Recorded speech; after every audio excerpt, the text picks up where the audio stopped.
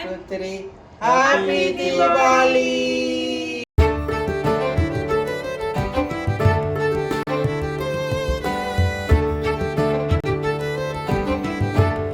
Hello friends, welcome to Neelavathi kitchen.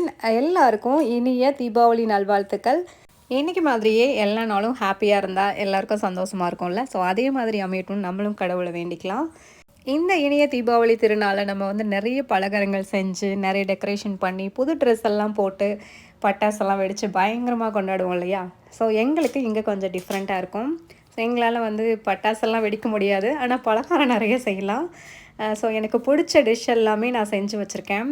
கல்யாணத்துக்கு முன்னாடிலாம் நான் வந்து ஒரு சில ஸ்வீட்டு, முறுக்கு, பலகாரம் எல்லாமே செய்வேன். எங்கள் அண்ணங்களுக்கு பிடிச்ச மாதிரி இருக்கணும் அப்படின்னு நினச்சிட்டே செஞ்சுட்டே இருப்பேன் நைட்டு ஃபுல்லாக. அப்போ எங்கள் அண்ணன் வந்து ஒரு சில வெடியெல்லாம் எனக்கு ஏற்ற மாதிரி வாங்கிட்டு வந்து வச்சுட்டு, வா வா வந்து வெடி போடலாம் வா அப்படின்னு சொல்லிட்டு மிட் நைட்டில் அதெல்லாம் நானும் எங்கள் அண்ணன் கூட சேர்ந்து பண்ணுவேன். வருஷம் தீபாவளி வரும்போது எல்லாமே அது எனக்கு ஞாபகத்துக்கு வந்துடும். ஸோ அது ஒரு பயங்கரமான ஸ்வீட் மெமரி. நமக்கு ஒரு வேல்யூ கொடுத்து பண்ணுறதுங்கிறது பெரிய விஷயம் இல்லையா. நான் எந்த விஷயத்தில் ஃபெயிலியர் ஆனாலும் I am the one who is the luckiest தங்கச்சி. இதில் மட்டும் நான் பெருமைப்படுவேன் எப்போவுமே. தீபாவளி அன்னைக்கு நைட்டே முறுக்கெல்லாம் செய்ய ஆரம்பித்தாச்சு. நான் முன்னாடியே முறுக்கு செஞ்சுட்டேன், பட் அப்போவே வந்து முடிஞ்சிருச்சு. அப்புறம் தீபாவளி அன்னைக்கு மறுபடியும் கொஞ்சம் முறுக்கெல்லாம் செஞ்சேன். நெக்ஸ்ட்டு என் பொண்ணுக்கு ஜிலேபினா ரொம்ப பிடிக்கும். ஸோ அதில் கலரெல்லாம் வந்து அட்ராக்டாக இருக்கும் இல்லையா, ஸ்வீட்டும் சூப்பராக இருக்கும். ஸோ அந்த ரெசிபி வந்து பண்ணோம். இது வந்து ஒரு 10 நிமிஷத்துலேயே பண்ணிடலாம் இல்லையா. மாவு மட்டும் ரெடி பண்ணி வச்சிட்டோம்னா டக்குன்னு ஜீராவில் போட்டு எடுத்துடலாம். ஸோ அதுக்கப்புறம் அதிரசம் நான் முன்னாடி நாளே பண்ணிட்டேன். அதுவும் ஆல்மோஸ்ட் முடிஞ்சிருச்சு. ஒரு 10 அதிரசம் தான் இருந்தது. அதுக்கப்புறம் தீபாவளி அன்னைக்கு மார்னிங் வந்து வடை செஞ்சுட்டேன். ஸோ என்னோடய ஃபேவரட் வடைக்கு 2 டைப் ஆஃப் சட்னியும் நான் ரெடி பண்ணிட்டேன், சாம்பாரும் ரெடி பண்ணிட்டேன். ஸோ சட்னி சாம்பாரோட காலையில் சூப்பராக சாப்பிட்லாம் அப்படின்னு சொல்லிட்டு வடை சும்மா ப்ளஃபியாக சூப்பராக பண்ணியாச்சு. செம்ம சூப்பராக டேஸ்ட்டாக இருக்கும் அந்த வடை.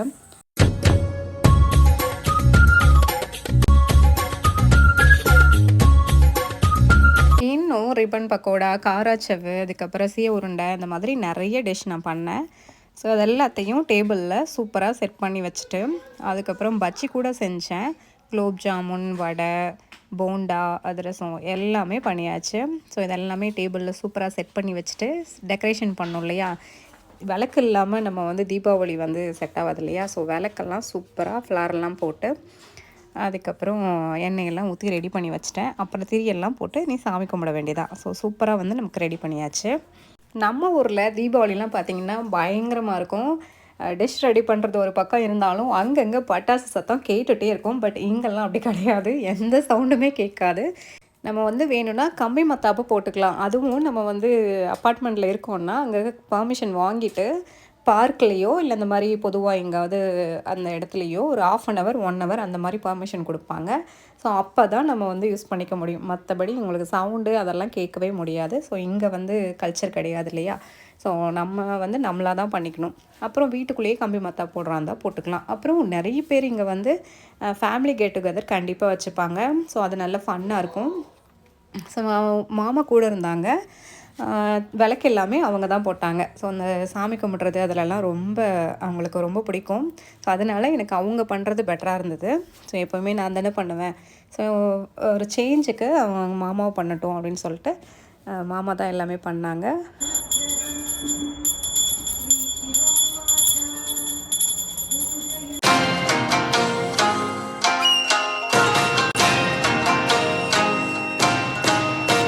காலையில் டிஃபன் எல்லாம் சாப்பிடும்போதே மட்டன் குழம்பும் வச்சு சாப்பிட்லாம் அப்படின்னு சொல்லிட்டு டேபிள் ஃபுல்லாக சூப்பராக காலையில் சாப்பிட்ற ஐட்டமெல்லாம் எடுத்து வச்சுட்டு மட்டன் குழம்பு, சிக்கன் 65 எல்லாமே எடுத்து வச்சுட்டேன். இது சாப்பிட்டுட்டு அதுக்கப்புறம் ஈவினிங்காக எல்லாம் சாப்பிட்டுக்கலாம் அப்படின்னு சொல்லிட்டு.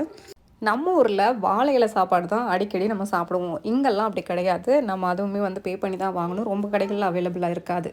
ஸோ நாங்கள் தீபாவளி அன்னைக்குன்னு வாழை இலையில் சாப்பிட்லாம் அப்படின்னு சொல்லிட்டு வாழை இலையும் நாங்கள் வாங்கிட்டோம். அதே மாதிரி கம்பி மத்தாப்பும் வாங்கியாச்சு. ஸோ இப்போது சாப்பிட்லாம். இலையை போட்டு வடை, பஜ்ஜி இதெல்லாம் ஃபஸ்ட்டு மட்டன் குழம்போட ட்ரை பண்ணலாம் அப்படின்னு சொல்லிட்டு அது எல்லாத்தையுமே ஒன்று இலையில் வச்சுட்டு நான் வந்து மாமாவுக்கு சாப்பிட கொடுத்தேன். அதுக்கப்புறமா நாங்களும் பக்கத்துலேயே உட்காந்து எல்லாருமே சாப்பிட ஆரம்பிச்சிட்டோம்.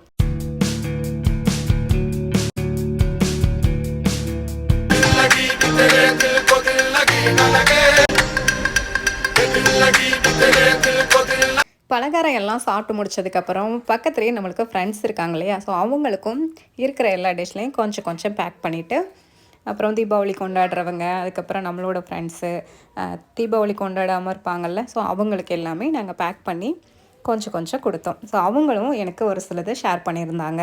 ஸோ ரொம்ப ஹாப்பியாக போச்சு இந்த தீபாவளி. இன்னொரு முக்கியமான விஷயம் பார்த்தீங்கன்னா, ஃபஸ்ட் டைமாக நாங்கள் வந்து கம்பி மத்தாப்பூ வாங்கியிருக்கோம். ஸோ அதுவும் வந்து ஜாலியாக என்ஜாய் பண்ணோம். பசங்களுக்கும் ரொம்ப பிடிச்சிருந்துச்சு. அவங்களுக்கு எப்படி பண்ணணுன்னே தெரியல. அப்புறம் சொல்லிக் கொடுத்த உடனே பண்ணாங்க. சூப்பராக இருந்தது. ஸோ தீபாவளிக்கெல்லாம் ஊருக்கு போகவே முடியல. ஸோ இந்த டைமு வந்து மாமா நாங்கள் எல்லோரும் இருக்கிறதுனால அது வந்து ஒரு ஃபன்னாக போச்சு.